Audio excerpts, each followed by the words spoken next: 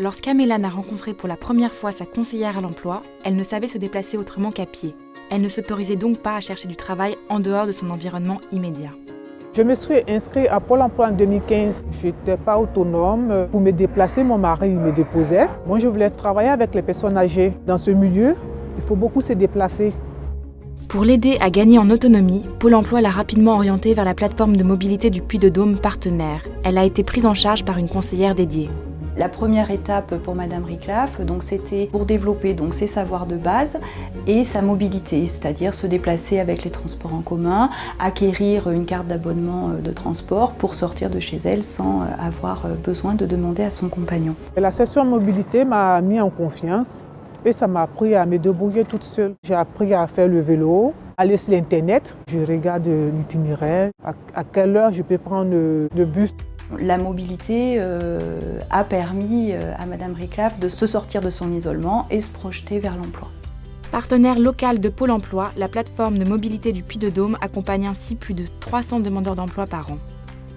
Alors une plateforme de mobilité, c'est un dispositif territorial d'information, d'accompagnement et de coordination des acteurs. En une trentaine d'années, la mobilité pour aller à l'emploi est passée de 3 km à 30 km aujourd'hui environ. Une personne qui ne sait pas bouger, c'est quelqu'un qui ne va pas savoir utiliser les différentes formes de transport de son territoire ou ne pas diversifier finalement ses déplacements.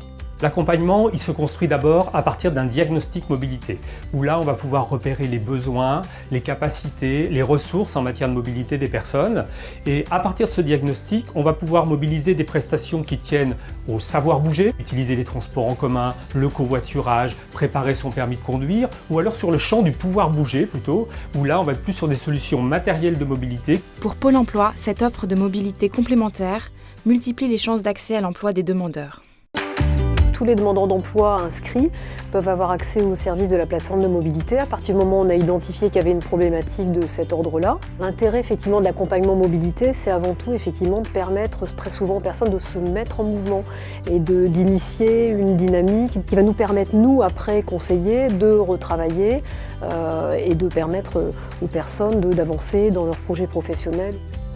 Les chiffres qu'on a pour 2017 sont plutôt très positifs puisqu'on a un taux de retour à l'emploi autour de 60% pour les personnes qui ont été accompagnées par la plateforme de mobilité. C'est un outil qui nous est très utile au quotidien pour accompagner les demandeurs d'emploi dans leur parcours. Aujourd'hui, Amélane a trouvé un emploi. Je suis agent social. Je m'occupe des personnes âgées et moi ça me plaît beaucoup.